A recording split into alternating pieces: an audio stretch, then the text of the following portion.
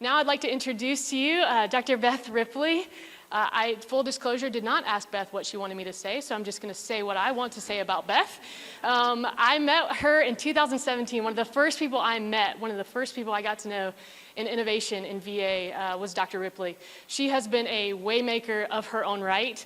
If you hear about advanced manufacturing or 3D printing in VA right now, where VA is really leading as well, that is the work of Dr. Ripley.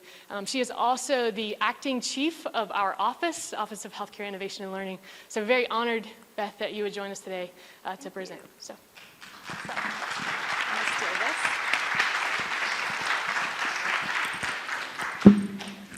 Good morning, everyone. All right, let's see.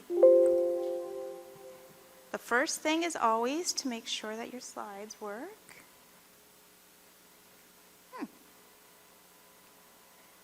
Anyone want to help me? Help.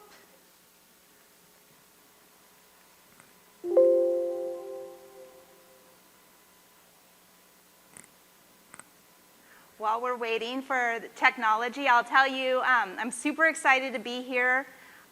My goal this morning is just kind of to set the stage and the tone for thinking about innovations and all the opportunities that we have in this space and how we want to move through it together. And we got some slides, so thank you very much. I'm not sure that this, oh, yes, okay. Boom. So I love this quote, and I kind of want to start with this idea. This is from Suzuki, and it says, in the beginner's mind, there are many possibilities, but in the expert's mind, there are few. And I think that's a lot of what we want to do in the innovation space is look at things with a new, fresh perspective, give the frontline staff, the patients, the caregivers, the families, the opportunity to see problems and opportunities from that fresh perspective, and that's what we want to do here. So this is one of my examples of this. So for those who don't know, that is the Little Mermaid, and that thing she's holding is a thingamabob. And you know, in her eyes, it could be anything, right? We all know it's a fork. She doesn't know. So it's great for brushing hair. I use this to get lint out of my dryer. You could use this for just about anything, right? And if we can step back from it, we see all these opportunities. Another way that we can innovate is taking existing resources and improvising. And so who knows who this is? Yes, yes. This is MacGyver, and this is my favorite. He's actually resuscitating somebody with an improvised defibrillator, which is ridiculous but fantastic, and I love it. So we can do this too, right? We can take existing resources and use them in cool new ways.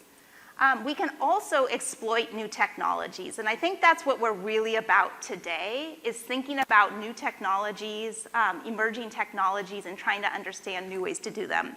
And as a radiologist, this is one of my favorite images. This is Sir William Rankin's wife's hand. You can see her ring there. And this was when he was first discovering and perfecting X-rays. And he was X-raying everything. She came in and he X-rayed her hand. And so this is the first medical image ever in terms of an X-ray. But he was not about medicine at all. That was not the point. That was absolutely not the point. But when he happened to do that, happenstance, she walked in, it sparked the imagination. And now we know that this technology and the things that have followed have really revolutionized medicine.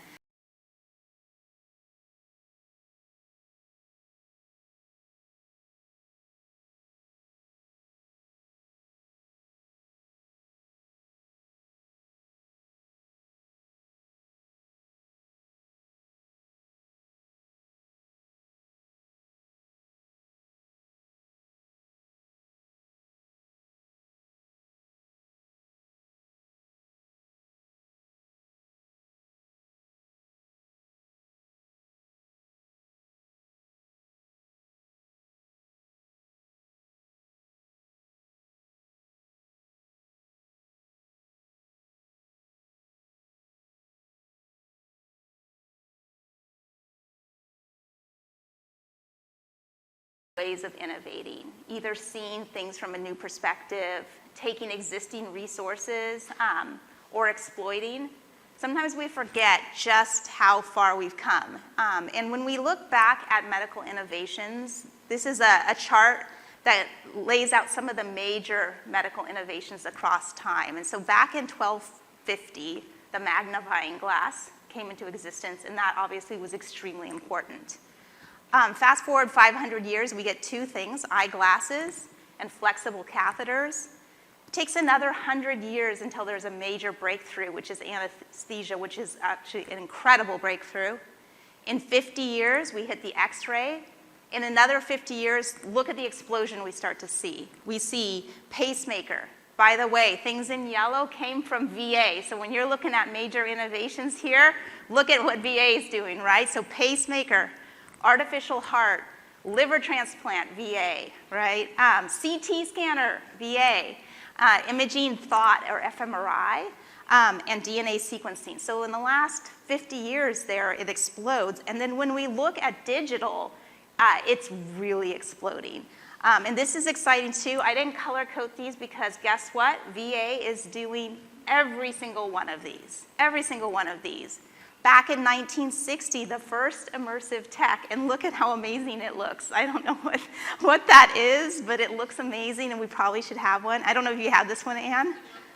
We should get that one, right? That's the first head-mounted display, and it was the telesphere mask. In 1970, we started with digital twin, and this is actually NASA. They weren't calling it digital twin yet, but they were thinking about that concept. Fast forward now, some amazing work coming out of SimLearn and other areas in VA, thinking about how having a digital copy of something important, like technology for NASA, but for us, maybe patients, maybe spaces, allows us to innovate around that. 1985, robotic surgery, huge, and obviously part of general practice now, but what might we do with it in the future? And by the way, what I'm hoping you're doing is thinking about fresh new perspectives and where immersive might fit into some of these and how we dovetail and bring them together, because that's what we do here in VA. 1990s, 3D printing at the point of care, as Anne said, close and near and dear to my heart, something that the VA has been doing for over a decade and leading in. Regenerative medicine, 1999, and again, see how fast we're going. Something that we're also working on in VA, lots of work coming out of the Office of Research and Development and other areas in this space. Then we get to patient-generated data. I thought this was cool. The first patient-generated data came from a pacemaker. And this was the Vivatron C series, first fully digital pacemaker, and it was able to give clinicians feedback about their patients in 18 seconds. 2007, wearables. Here's another important thing. When you look at Fitbit, there was a lot of struggles in those first 2 years, difficulties with manufacturing that almost cost the company its life, right? But it made it through in 2009, and now all of us have wearables on our wrist probably of some sort. So again, sometimes there are those bumps in the road, computers that are down 50% of the time, companies that are struggling. But again, we can get there together as we work through that.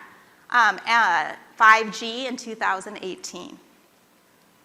Okay, so we've set the stage. Now I want to step back for a moment and tell a different story about what can happen in new environments, like the VA, when we bring in new ideas into new environments. And this is looking at the Cambrian explosion.